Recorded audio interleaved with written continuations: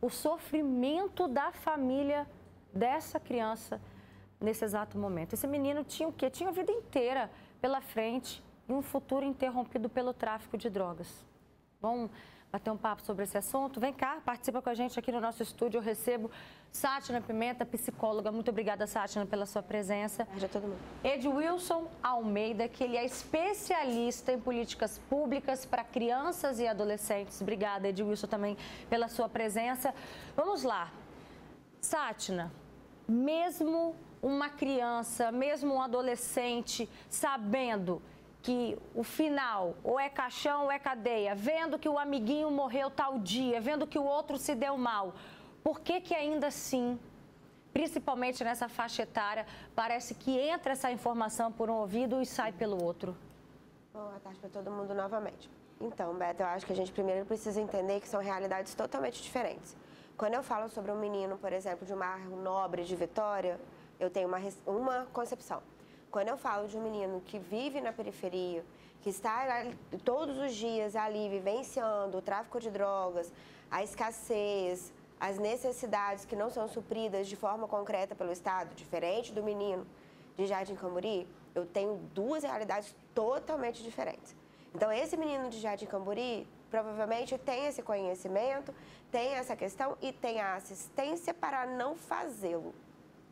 Agora, o da periferia, eu não vou generalizar, alguns não vão se envolver, obviamente, mas eles têm menores opções para isso. Às vezes, esses meninos, eles são aliciados e às vezes eles são obrigados a estar ali. Por uma dívida feita por um irmão, ou por uma mãe, ou por um pai, ou por um familiar. E aí cobram nesse aviãozinho, então já que você não vai me pagar, deixa eu pegar esse menino aqui seu, que eu vou fazer ele de aviãozinho para pagar a sua dívida, por exemplo, ou com um brilho no olho do dinheiro fácil, do status social que esse movimento ele dá para essa criança, que teoricamente ela não conseguiria fora da periferia, entende? Então eu tenho diversas considerações que precisam ser feitas frente à realidade social de cada um desses sujeitos. É importante que quando você fale, o que o doutor falou muito, né, e acho que é importante a gente dizer isso aqui, para os telespectadores. Por que ele fala muito da criança? Porque o Estatuto da Criança e Adolescente, ele vai falar que criança é aquela pessoa de 0 a 12 anos incompletos. Então, aqui a gente está falando dessa criança, né? E aí, por que ele não pode ser encaminhado para a polícia, né? Para um atendimento, para um ato infracional? Porque, como criança, o que deve ser oportunizado para ele são políticas públicas que vão ser explicadas de forma bem concreta, mas medidas protetivas. Para quê? Para que a gente proteja integralmente esse sujeito, para que esse tráfico não tenha a oportunidade de fazer o que fez.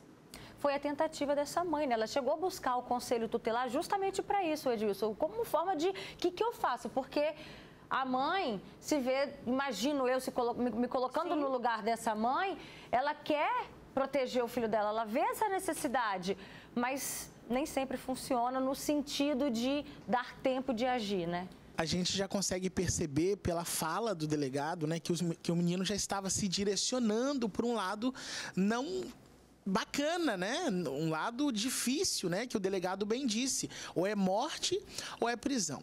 É importante a gente perceber a força que a família estava fazendo em relação a resgatar esse menino, mas a gente não pode deixar também de esquecer sobre o contexto que envolve todas essas questões. Não existe uma receita pronta, Roberta, que diz assim, olha, eu vou criar o filho desse jeito e esse menino vai... O resultado da criação é essa, né? Nós não estamos falando de uma receita de bolo, de um sal. Nós estamos falando de ser humano que vive em realidades diferentes, um dentro de um contexto de uma cidade mais evoluída, outro dentro de uma área periférica, onde o saneamento básico, as políticas públicas são pouco investidas. Infelizmente, a gente acaba colhendo a consequência dessa situação, de uma criança de 11 anos tendo a vida ceifada pelo mundo do crime. A gente já vai abrir espaço para a sua participação, para a sua opinião.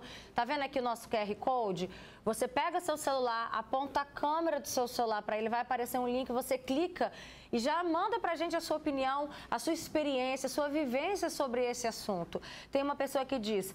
Quem mora em bairros de periferia sabe que é muito comum crianças de 9, 10 anos envolvidas com o tráfico. A pessoa ainda coloca, entre aspas, mão de obra barata. Qual é o interesse do tráfico nessas crianças? Olha que interessante, né, Roberta? A gente vive numa sociedade onde as famílias, elas estão desestruturadas. Mais de 50% das mães hoje brasileiras são mães solos. Então, são mães que trabalham. Imagina uma mãe que trabalha integral e tem 2 crianças, uma de 7 e uma de 10. Às vezes a de 10 está cuidando da de 7, assumindo uma responsabilidade que não era dela. Mas a mãe está sendo negligente, mas ao mesmo tempo ela está sendo provedora, porque ela é mãe solo. E muitas vezes não consegue, o pai não cumpre com a responsabilidade, ou está num outro contexto, que a gente tem várias situações envolvendo. Então, assim, o mundo do crime, ele é oportunista para essa realidade frágil das famílias.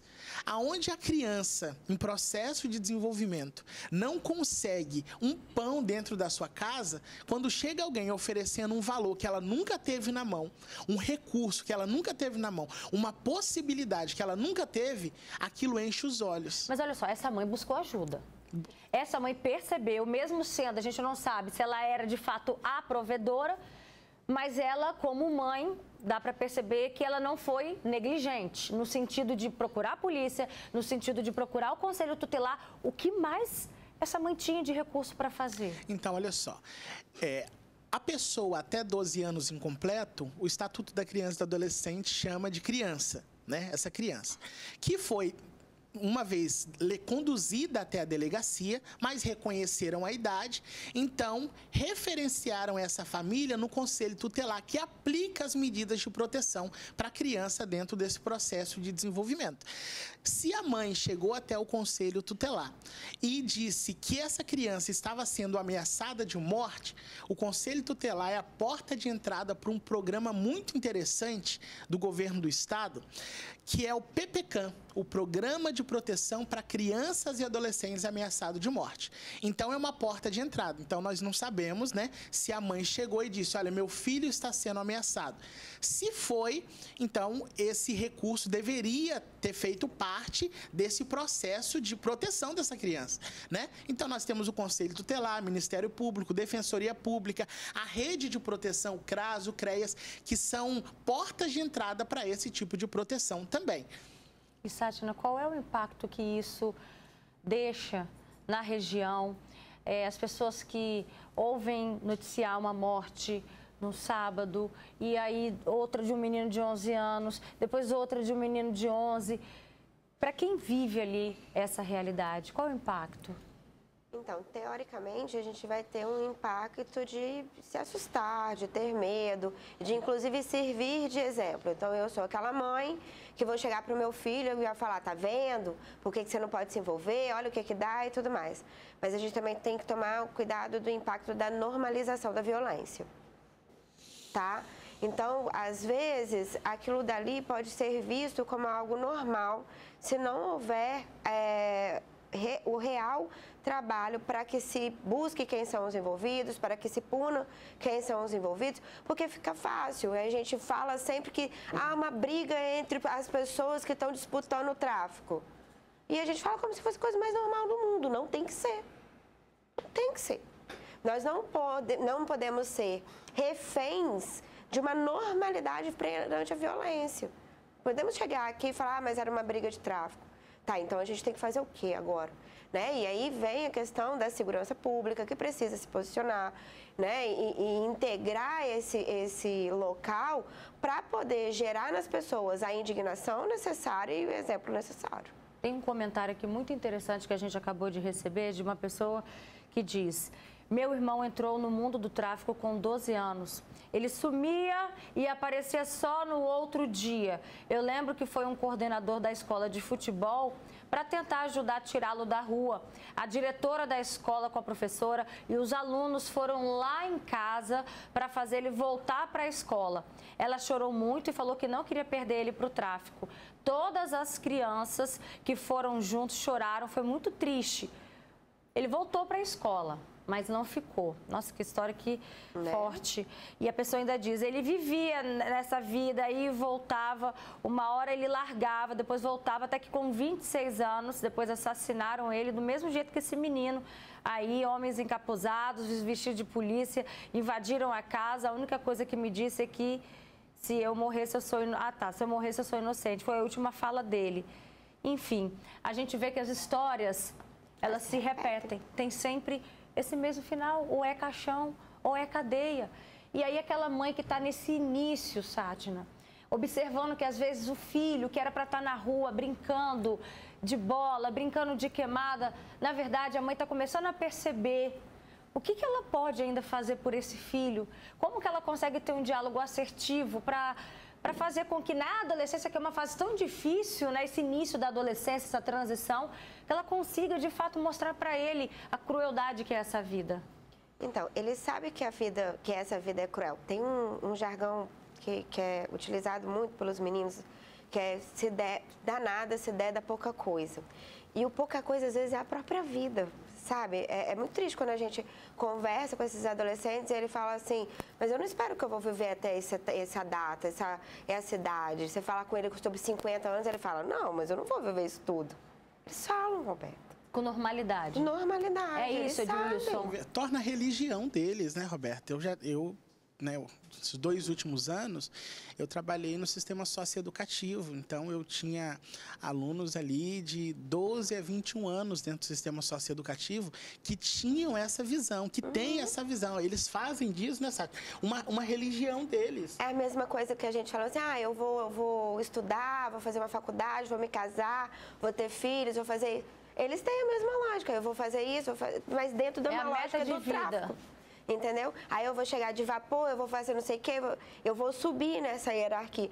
Então, para eles, se a gente, né, se essa mãe, se essa sociedade, se nós aqui que estamos, não tivermos alternativas para ofertar esse sujeito, a gente vai perder. Essa mãe, ela tem toda a possibilidade do mundo de vir, de conversar, de ser uma grande amiga, de ser uma companheira, dele até ouvir, mas a necessidade pode bater na porta, igual o pão que não tem, que foi colocado aqui. E aí o que a gente tem que ofertar? Bom, já que ao invés de você ir para o tráfico, vamos te colocar num projeto, vamos colocar você para tal coisa, vamos trabalhar com empreendedorismo, não sei, mas a gente tem que dar alternativa para esse sujeito e para essa família. Olha que interessante esse comentário. Boa tarde, Roberta. Falta da paternidade. As mães sozinhas criam os filhos. E existem estudos que mostram exatamente essa estatística. Tem um outro comentário do Érico. Infelizmente, faltam políticas públicas para ajudar as famílias. Eu li esses 2 comentários. Por quê, Wilson?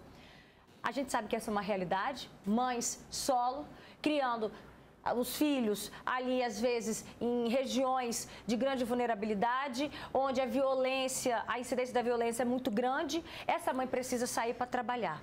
Aí esse outro comentário, faltam políticas públicas. O que precisa ter para que essa mãe saia para trabalhar e ela tenha segurança de que o filho dela está ali, no local seguro, está tendo a tarde produtiva ou a manhã produtiva? Olha que interessante. Essa semana eu estava passando ali por Cariacica, próximo à minha casa ali, e eu passei num parque que foi inaugurado, salvo engano, ano passado, no Parque Cravo e a Rosa. Esse parque é um grande estádio que está sendo oferecido várias vagas para esporte, vários tipos de esporte, vôlei, futsal, handball. E aí, quando eu estava passando ali, judô, inclusive, e eu vi vários alunos, eu perguntei a um instrutor ali qual era a porta de entrada. Ele falou, esses meninos precisam estar efetivamente matriculados, frequentando a escola, tendo boa produtividade, e eles são direcionados para cá. E tem algumas vagas, né? Tem algumas vagas. Olha que bacana. Então, olha só, o menino estuda de manhã e no contraturno, na parte da tarde, ele tem um esporte. Isso facilita e facilitará a vida de uma mãe que trabalha o dia todo, nesse caso, uma mãe solo, né? Os projetos sociais desenvolvidos dentro das comunidades, né? Eu moro na região ali de Bela Vista. Ali tem vários projetos sociais, Castelo Branco, Rio Marinho, judô, jiu-jitsu. Esses projetos sociais podem acolher Então, os nossos representantes, né? Teve agora a eleição para vereador, prefeito, eles olharem para a importância dessas políticas públicas que são um diferencial dentro de uma comunidade fragilizada. E a gente sabe que o esporte Exatamente. salva muito. Enquanto isso, você até revela talentos, né? Olha só esse outro caso que nós mostramos também nessa semana aqui na TV Vitória, gente. Um menino de 10 anos foi preso tentando fazer o quê? Roubar um motoboy. Tá? Na verdade, ele foi apreendido, né? Porque criança não é presa, adolescente não é preso. Foi no bairro Graúna, em Cariacica. O motoboy foi abordado por um grupo, mas reagiu ao roubo. Ele fugiu e conseguiu repassar todas as informações para a polícia, que foi atrás dos bandidos. Durante o patrulhamento, os militares viram os suspeitos correndo para um terreno baldio. Eles conseguiram alcançar 3 deles. 2 adolescentes de 14 anos, tá? Para surpresa da polícia, 2 adolescentes. E olha isso, adivinha quem estava junto? Uma criança de apenas 10 anos. E aí, quando a gente fala assim, às vezes a criança entrou porque não tinha um pão na mesa do café da manhã, o que a gente sabe que é outra realidade, a gente não vive essa realidade, a gente só ouve essa notícia, tá? Mas a gente também sabe que depois que eles entram, eles vão tomando um gosto por esse mundo, tanto que eles se inspiram, né, no traficante da região, eles vão se inspirando. É o mundo que eles vivem realmente, né, Sátina? É o mundo que eles vivem realmente. A gente se inspira em CEOs, em professores, em grandes empresários, em artistas. Eles vão se basear nesses sujeitos. E aí vem uma questão de reconhecimento também. Quando ela falou da paternidade, aí eu acho que é muito bacana a gente falar sobre isso. Quando há ausência de qualquer que seja o papel, seja de mãe ou seja de pai, a gente busca suprir essa ausência. E o pai, normalmente, o pai ou aquele que exerce o papel de pai, ele é o sujeito que traz a norma. E as possibilidades. A mãe, ela acolhe, né? É essa a lógica da teoria psicanalítica. Então, por muitas vezes, esse traficante é reconhecido como pai daquele sujeito. Ele reconhece aquele local, aquele espaço, aquele grupo como o grupo familiar dele, a parte que falta nele. Entende?